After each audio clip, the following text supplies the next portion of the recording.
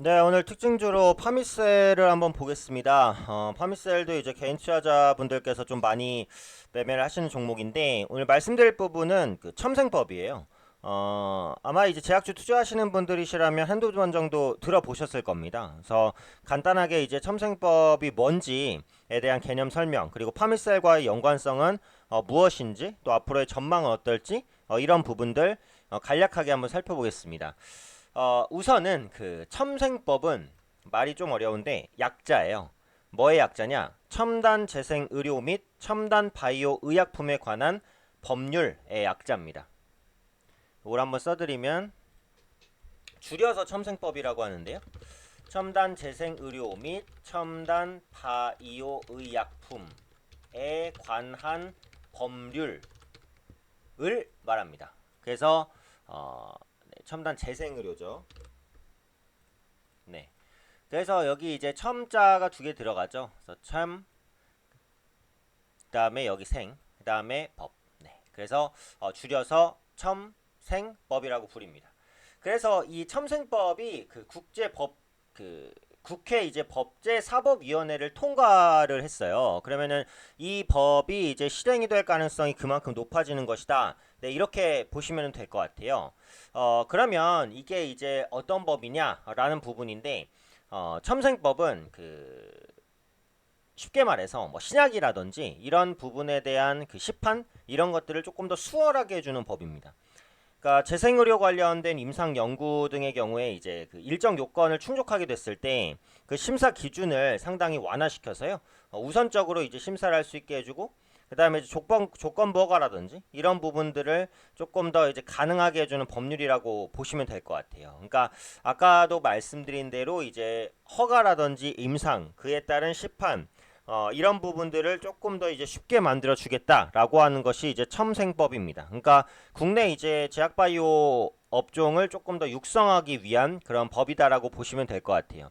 이렇게 되게 되면 결정적인 변화가 뭐냐면 임상 2단계에서 이제 시판이 가능해져요. 이건 굉장히 중요한 거죠.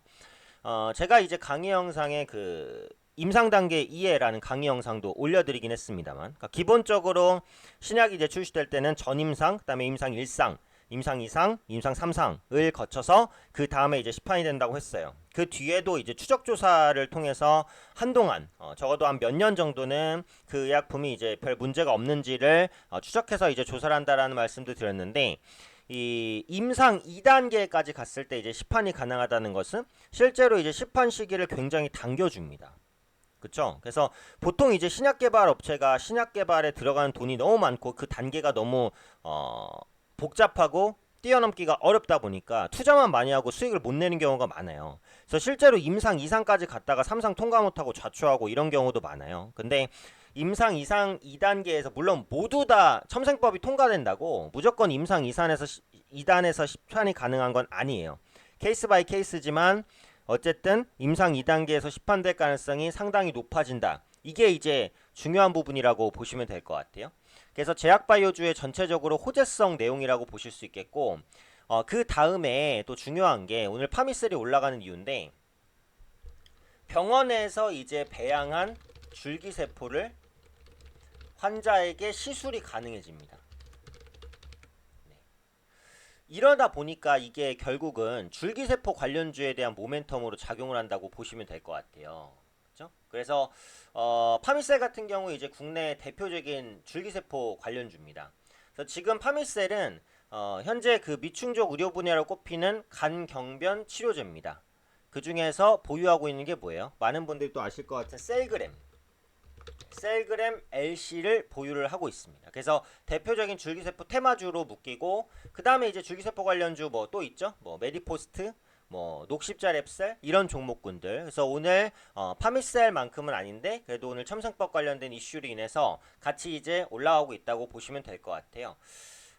그래서 이제 그 첨생법이 오는 1일에 그 본회의 통과를 남겨두게 됐습니다. 그래서 본회의에서 통과가 된다라고 한다면 이제 실제로 그 시행이 되는 것이다라고 이제 볼 수 있을 것 같아요. 그러면 아까도 말씀드린 대로 신약에 대한 출시나 이런 부분들을 조금 더 수월하게 해주기 위함이니까 제약바이오주에는 전반적인 호재로서 작용할 수 있겠다라고 보고 있고 그 중에서 이제 그 줄기세포를 환자에게 시술이 가능하게 된다라고 하니까 이제 줄기세포 관련주의 투자 심리가 분명하게 좀 개선되는 모습이 나타날 수 있다는 거죠. 그래서 이런 부분들까지 같이 생각해 보시면 될 것 같고, 기술적으로 보면은 지금 윗꼬리가 달렸으니까 당장 매수하기는 어때요? 좀 어려워요. 그쵸? 전고점에 대한 저항이 있으니까 파미셀은 여기서 물론 양봉을 칠 수도 있긴 있는데 약간 밀렸다가 좀 갈 가능성도 꽤 높다라고 보고 있고, 중요한 건 오늘의 이 이슈가 그동안 굉장히 약세를 보였던 제약바이오주의 투자 심리를